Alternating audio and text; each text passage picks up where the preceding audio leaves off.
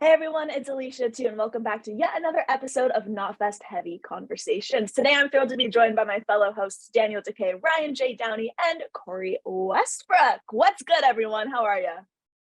Hello, hello. Hi. I mean, It's there's a hot lot as hell where I am. So if I'm like over here in space, it's the heat.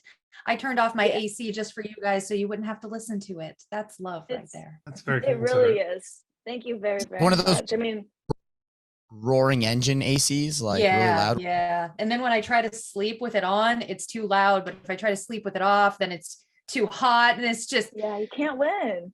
no. Oh, so man. I just find metal to stay awake. It's like metal and coffee. Yeah. I feel like that's what all of us run off of, though. Like, I'm in a room right now where one of the detectors just beeps every 30 seconds, and it drives me absolutely mad. And who I'm staying with don't know how to turn it off. Girl. Gonna say that's a monoxide or a battery. I know, right? Yeah, it could be the monoxide warning driving thing. me insane. Yeah, so if I just randomly like pass out, just don't worry. It'll be fine. You'll be fine. It'll be fine. We'll just clap really loudly into our mics. We appreciate it a lot. Well, there's a lot to dive into, and the first thing that I would like to talk about is, of course, San Diego Comic-Con. So, Downey, give us those sweet updates, because you were actually down there. How was it all? I was indeed. It was super fun. It was, I guess the elephant in the room is it was the first year that Comic-Con was really in person and really going again since the pandemic. There was a virtual Zoom Comic-Con at one point during lockdowns, and there was sort of a makeshift Comic-Con that was like in a different month. But this felt like it generally always feels, with the exception of the aisles were a little wider on the show floor and people were told to mask inside the convention. No one was really masking, like, 2 feet outside of the walls, but people were masked inside. But otherwise, it felt like Comic-Con. I've been going since 2002, believe it or not, which was a lifetime ago. And I remember the first year that I went, I was a reporter for MTV, and I pitched going to this San Diego Comic-Con thing. And originally they were going to send, we were still shooting, in beta for broadcast back then. So they were going to send a beta shooter, an audio person, a DV shooter, myself, and another floor producer. And then as the show got closer and closer, they were like, we can't afford to send the beta crew. It's just going to be you and a DV shooter. Got closer and closer and closer. They kept cutting everyone to where the Wednesday before the show, my bosses told me, well, you can go if you want, but we can't pay for a place to stay and you got to cover your own gas. So I went by myself with a little DV camera and a little MTV News stick mic, and MTV had the cachet back then. And it was such a transitional moment between Comic-Con being about comics and Comic-Con becoming about pop culture in general, that I was able to, without setting up any interviews, just walk the floor and talk to people. So I came back that following Monday, and everybody's like, we're in our Monday morning news meeting, and it's like, oh, did anybody like see this online or whatever? And it comes around to me, and I was like, yeah, I have tape with Hugh Jackman, Elijah Wood, Halle Berry, Peter Jackson, Rob Zombie. Everybody's like, what? Where were you? And I was like, the comic book convention no one here took seriously or wanted me to go to. And then to see that evolution, that's been 20 years ago, to watch it grow and change. And I remember the year that Jessica Alba and Dane Cook were there promoting a romantic comedy as the year where I was like, all right, this is just movie time. Like, there's no comic book tie here at all. And I always make the joke that if you want to break from the crowds at Comic-Con, just go where the comic books are. But it's gotten to a point now where it feels like it's really come full circle. And as much as movies and TV and all this other pop culture stuff have been integrated, there's a lot of like fandoms that naturally overlap, right? Whether it's horror, whether it's superhero stuff, and that people that are there who love these movies and TV shows are actually just have discovered love for the comics. So it feels like the comic side's being celebrated a lot more too. So yeah, I remember hearing before the show this year, ever since Marvel got purchased by Disney and they started doing their own thing in Anaheim, there's always this sort of hesitation of like, oh, is Marvel really going to announce anything cool at Comic-Con, or are they just going to wait till D23? And anyone who was worried about that this year was completely blown out of the water because they announced so much stuff. The Marvel Hall H stuff was just insane. Not only did they talk about the end of what they call phase 4, Kevin Feige then rolled out all of phase 5, and then even the beginning and end of phase 6 leading into Avengers 5, Avengers 5 and 6. We're going to be the 5th and 6th Avengers movies by the end of this thing. So to see the big map, to get a name for this phase, we had the Infinity Saga, and now this whole story is the Multiverse Saga. There was just so much information. There were trailers. My favorite superhero of all time, Daredevil. We finally got the Daredevil Reborn announcement, 18 episode series with Charlie Cox, with Vincent D'Onofrio. And that's really exciting because that's like a fan, manifested situation. When all those Marvel Netflix shows got canceled, which is a whole thing that I won't bore you with all the details, fans really rallied to save Daredevil, and hashtag Save Daredevil was going nuts. And we got Charlie Cox back in the role in Spider-Man, and then we got Vincent D'Onofrio back as Kingpin in the Hawkeye TV series, and now to know that there's a Daredevil show coming back is really awesome. And Daredevil even makes a cameo in the She-Hulk trailer, which they debuted there. So if you're a Marvel fan, there was tons of stuff. There was the new Black Panther trailer, which is the last time I looked, breaking records for trailers online since that dropped relative to even some of the other huge Marvel movies. They haven't revealed who's going to actually take on the mantle of Black Panther, but we do get a little tease at the end of that trailer. So yeah, I mean, there was just a ton of cool stuff. There was an activation for Chucky. So, you would see Chucky, the TV series, coming back for season 2. So you would see Chucky around, and yeah, it was just fun. It was nice to be out and about, as they say. Which reminds me, lastly, I was going to tell you, the interview queen, that for the first time ever, I got to spend several hours on Saturday with a gentleman named Chris Jericho. Oh, that's amazing. Hell yeah. Canadian and wrestler, two things I think you know a little bit about. Just a little bit, smidgen. Yeah, he was great. I never actually met him before, and got to hang out with him quite a bit via a couple mutual friends. And yeah, he's awesome. I think, for me, as someone who's a more casual observer of wrestling, knowing that Jericho is often playing a heel, it's easy to sort of get the persona mixed up with the person, and then hang all the out time. Like, oh, this guy's awesome. So I find that in metal too, though. Like, the dudes who look the most hardcore are always the sweetest ones, and it's the exact same for wrestling. The harder the gimmick, the sweeter the person. Right. And horror films, you meet somebody who plays like Michael Myers or Leatherface, and they're not, Robert Englund, huge sweetheart. And Robert Englund, example. Yeah. So you meet Daniel Dekay, you see him shredding up there, and you're like, this guy's gonna cut my head off with an axe.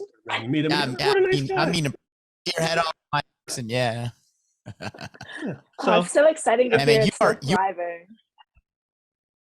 I want to go to Comic-Con just to hang out and observe you. It sounds like you're like a kid in a candy store when you're there. That was like the most genuine, heartfelt recap ever. You love this shit. I had to pull it together because I realized I'm eating up all the time. there's a million more things I could say. Yeah, it's super fun. And in my defense, it was Thursday, Friday, Saturday, Sunday, so it's a lot. Yeah, there's a lot to talk about. We completely understand. Yeah, and there was a lot of music stuff there too, I should say. How can I forget? Spencer from Ice Nine Kills did a signing there.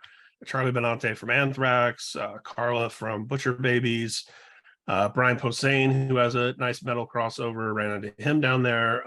There's a lot of overlap between the worlds of what we cover with Knotfest, what we call heavy culture, and Comic-Con. A lot of our people in the mix down there.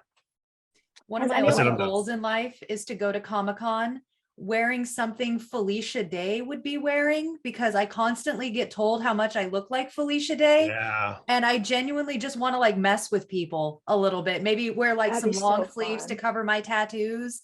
Just that is my good old mind screw. We all love one, right? Have either of you been to Comic-Con between Dekay and Cori before?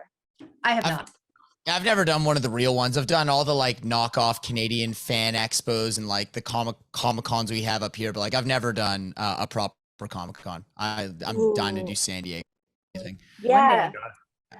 No, I was lucky. My dad was the one who put me onto comic books at such a young age. So from probably around 5 to like 16, my whole family would go to Comic-Con together, and we get a bunch of artists to draw Mm. stuff for us, and we were like taking photographs with everyone who was dressed up. It was just such a fun culture to be around. I feel like that opened my mind so much to all these other pop culture avenues that cross over. So it's really cool you got to experience it, and the fact that after the pandemic they came back so strong. It sounds like that's some good shit. That's awesome. When do we get to hang out with your dad? Is what I want to know. Dad, comic You guys books, would get man. on He so sounds well. like the coolest person in the world. No, straight up, he is. Shout out to Yaz Atout. Much love. Alicia, we're hanging out with you to get to your dad. You know that, right? Yeah, it wouldn't be the first time, so I'm used to it. It's all good. Papa, No, and too. yeah, no, he's the best. My parents are amazing. But in other news, we've now hit the 1-year anniversary of Joey Jordison's passing, as he passed away on July 26th of 2021. And it's wild to even think of that, because when we were talking about what we're going to discuss this week, and our boss mentioned, hey, it's been a year, that really hit me hard, because it's wild how much time has passed. I feel like we were just having conversations about the event and the news spreading everywhere. So let's just get to it. Let's talk about his incredible legacy and what impact he has left, because it was massive. Let's start with you, Dekay. Well, I mean, he's number one for a reason. It's crazy to me that it's been a year as well. I feel like it was just yesterday that we were having the initial conversations, because we were all already working in the Knotfest world, having the conversations about what do we even do? What do we do with the programming? What do we talk about? Do we take some time off? It was a really heavy time, especially because of how unexpected it was too. I mean, you kind of just think that these kind of legends are immortal and they're going to live forever. Yeah. So, I mean, Joey's legacy to me, aside from the playing, he's one of the most ferocious players ever. Like, I'm a musician, so I look at chops all the time. The dude is one of the best drummers in the business. There's a reason why he's influenced so many people. There's a reason why his image, why his signature snare, why his pedals, why, his drum setup, all of that is so iconic for a reason. But for me, the big piece of legacy that, really strikes me as being monumental is the way that he brought blast beats and extreme fucking drums to the mainstream in a way it never had been before. Like, you have kids listening to Slipknot records that have like the backbone of extreme metal drumming, like grindy ass fucking blast beats that you could only hear in the underground, are now, forget a top 40 record, a top 10 record. Like, this is insane how he brought something that was viewed as so extreme and underground and nasty and brought it in such like a packaged perfectly for the mainstream. And you know what? It got a lot of kids into a lot of extreme music. And to me, that's the most important thing there is. And that is a huge piece of the Joey legacy. That was so wonderfully put. I mean, Downey, what was your kind of connection and input on everything? Yeah, well, DK made a great point that, we were up and running with this Knotfest expansion into different forms of media. And in fact, so much so, I was actually streaming on the Knotfest Twitch channel when the news broke. Right, yeah. And that was, of course, immediately dropped whatever the hell I was talking about and spent the next hour just talking about Joey. And, in those moments, people just want to talk, so we were just in the chat just talking about Joey, and I was going on YouTube and pulling up some deep cuts that I really love. One thing I recommend people check out is there's some great video. I don't know if it was like an EPK or what it was made for, but there's video of him when he was one of the team captains for the Roadrunner United project. There's great footage of Joey in the studio working on this stuff for that, and you really get a sense of kind of who the guy was, even beyond his massive talents and abilities. And of course, being the consummate Metallica fan that I am, he's one of the only drummers to have sat in with Metallica at a big festival, I believe it was Download one year, where Lars couldn't make it. And Dave Lombardo played some songs, Lars's drum tech played some songs. And when Joey got up there, it was like, no disrespect to the legend that is Lombardo, but Joey's a Metallica fan, whereas Lombardo's like more of a peer, and he just crushed it. It was insane. And you could tell even the band was like, oh, okay, all right, this is maybe we're gonna pull this train wreck together tonight. And it was just such a cool moment. And I had the opportunity, for our channel to talk to Corey Taylor about that, maybe 6 months ago or so.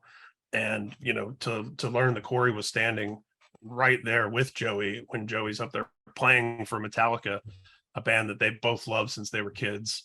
It's really special and magical to hear about that. So of course, these phenomenal records and this impact, this legacy that Daniel so eloquently put. And I would say to flesh that out even a little bit, to go into these deep nooks and crannies, the side projects, the solo band, the Murder Dolls, all the different stuff that Joey was part of outside of the massive thing that is Slipknot, that he was so integral to. And that's the thing too. I mean, there's 9 guys in Slipknot. There's people that have come in and out of the band over the years.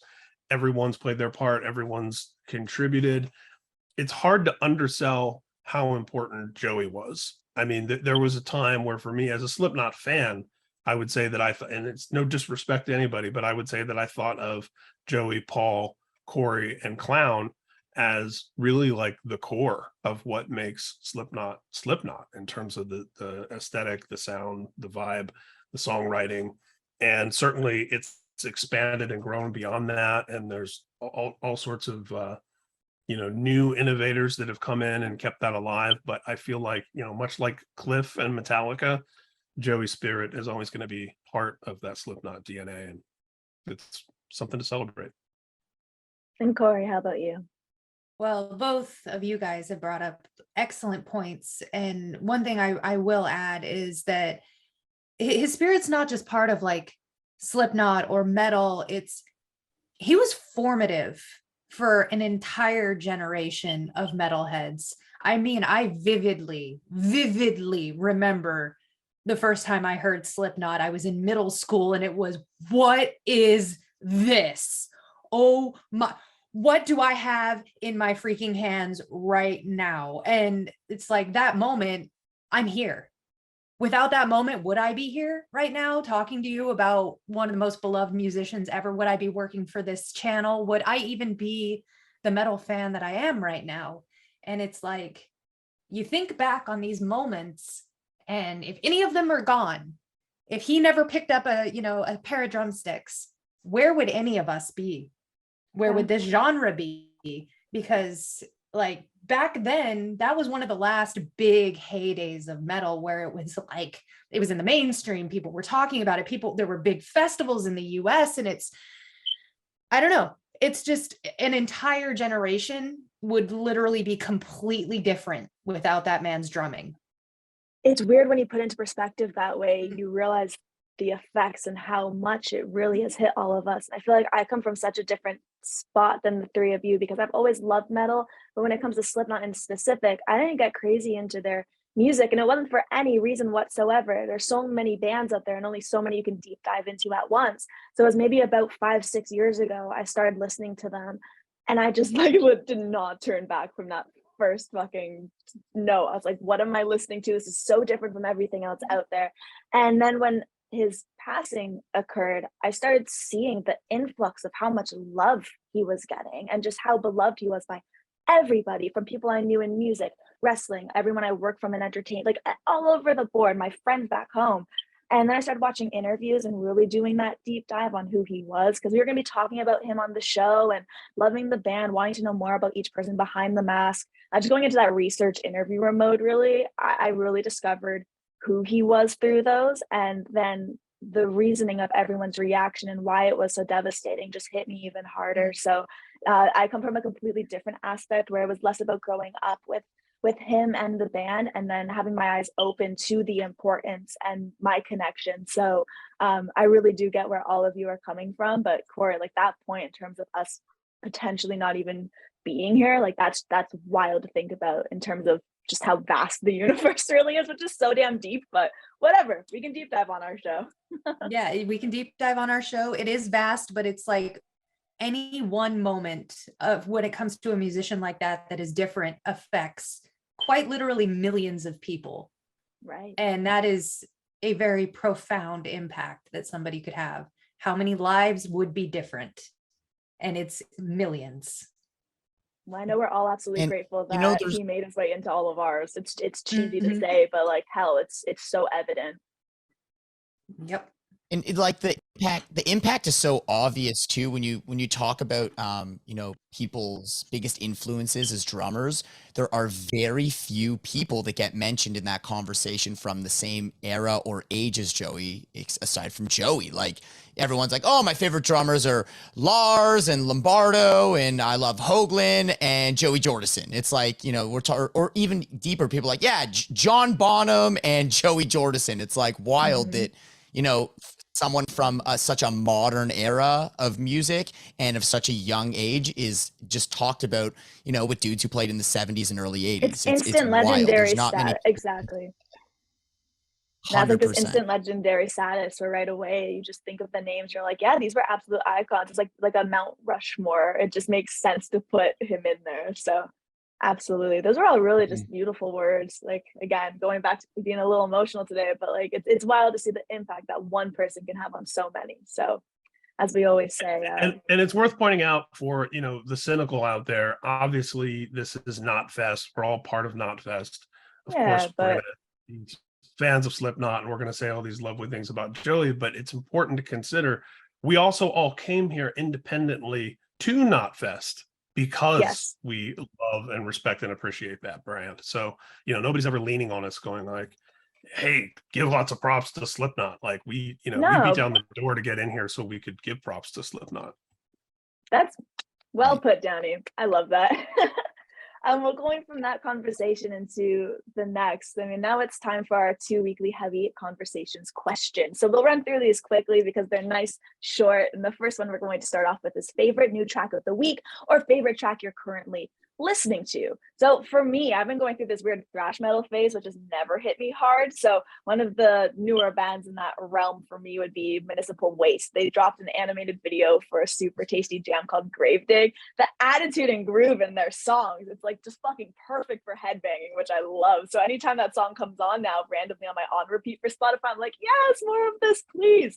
I just noticed right away the energy that they bring, and I feel like I thrive off of that. So that's been really fun for me. And then my non-metal pick, I genuinely think I was a hippie in a previous lifetime because my connection to 60s music is ridiculous. So Hurdy Gurdy Man by Donovan, just the fucking perfect screenshot of everything I love about 60s music, the psychedelia, the way the guitars swirl, the vibrato in the vocals. I just am all about it. So those are my 2 picks of the week. And now we move on to Cori. Oh, well, I have 2 kind of disparate picks of the week. The first one is going to be Extending Obscurity by The Spirit. Absolutely just beautiful music. It's not on their latest album of Clarity and Galactic Structures, which is just like a fun freaking name, like say that name 16 times fast, you can't do it. But the story behind that song is actually really cool. They had some had some shows booked and their set wasn't quite long enough. So they wrote this kind of instrumental interlude, very beautiful track to extend their set to play in the middle. And so it's called Extending Obscurity, which just like, it's such a fitting name, such a fitting track. It's a really cool little thing. And then they finally gave it some, special treatment and released it as a single last week. And then the other one is a band that is from like probably my current favorite label, Prosthetic. They're batting 1,000 right now. And it's, the name is fantastic. It's Slug Crust. And it's short, furious, just balls to the wall music. That's the band name. And yeah, so their new song, Drag Me to Agony, so cheerful, so pleasant, but yeah, just short, sweet, just break some stuff and move on with your day. Oh yeah. Dekay, what are your picks?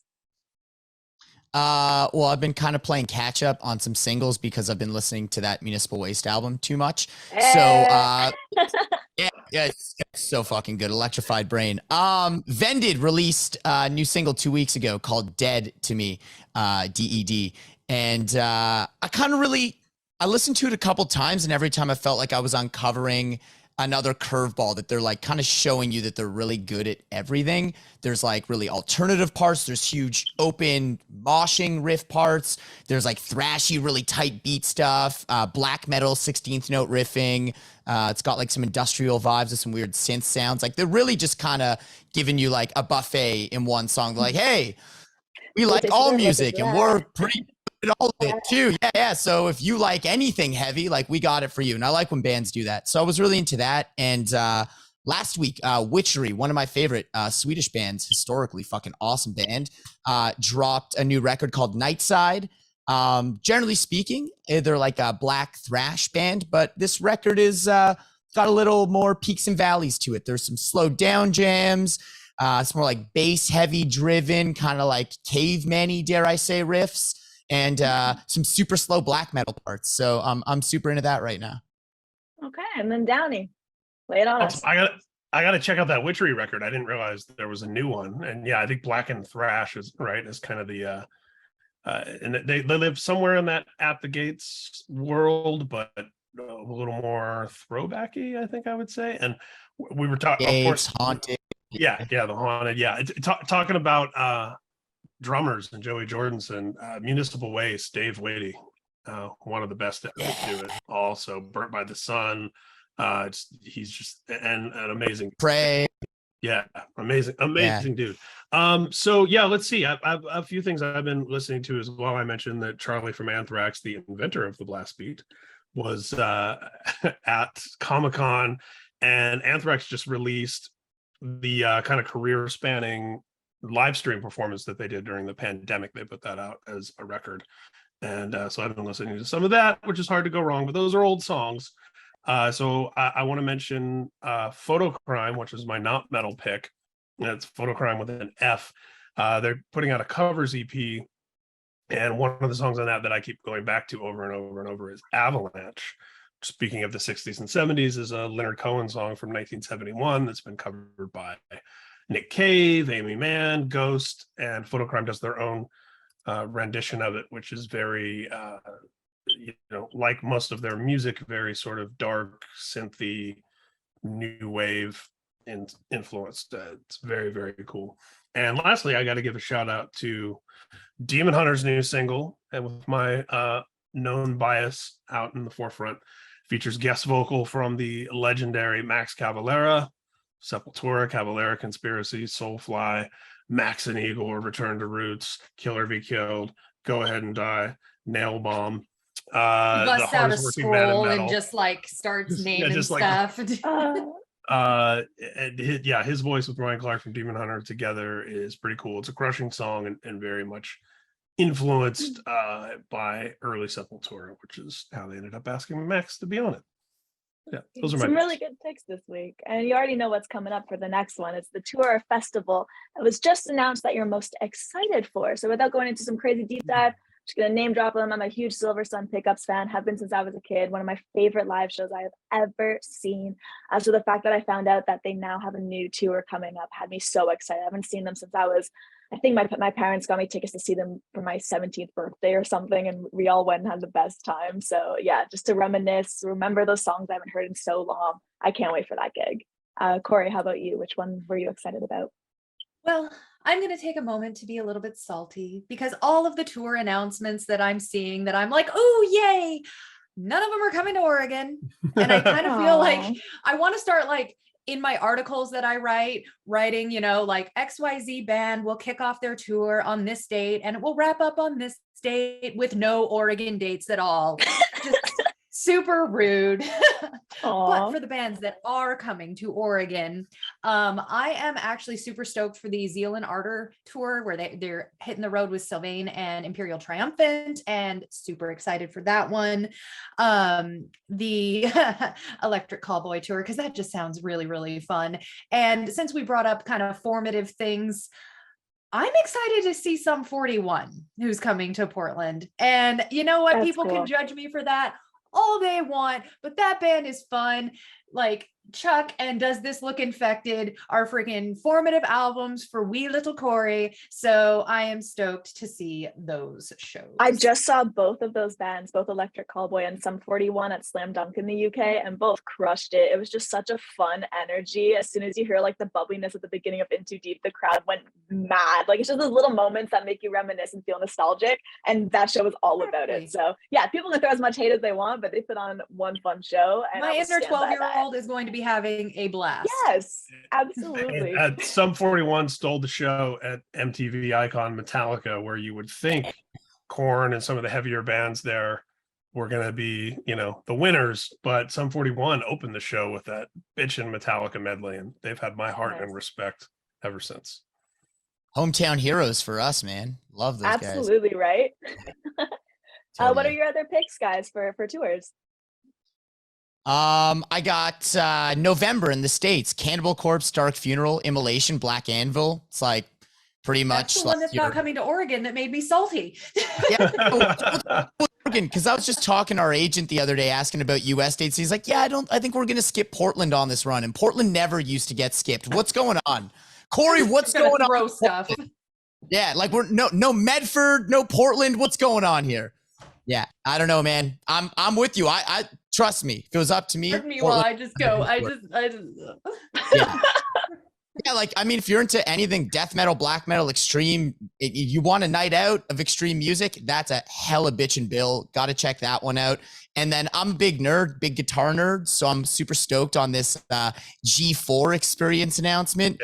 Yeah, 4 days in Vegas. Satriani, Peter Frampton, Steve Morse, Alex Skolnick, John That's Five, and a billion other like shredders. And it's 4 days of everything from like concerts and open jam sessions to like sit down lessons and straight up just like having a whiskey sour and hanging out with your guitar heroes. It's a really cool thing that, you know, Joe Satriani puts on, and it's a wicked lineup. I want to go to Vegas for that one. Very cool. And Downey, how about you? Satch, one of the nicest guys in making my Metallica reference trifecta complete, an early guitar teacher of one Kirk Hammett, Mr. Joe Satriani. His influence goes everywhere. I'm going to take it in a totally different direction than from some of the tours that have been talked about. I don't know if it's too late to talk about the Trinity of Terror second leg, which kicks off at the end of August at the legendary Red Rocks venue and goes through a bunch of places in the Midwest.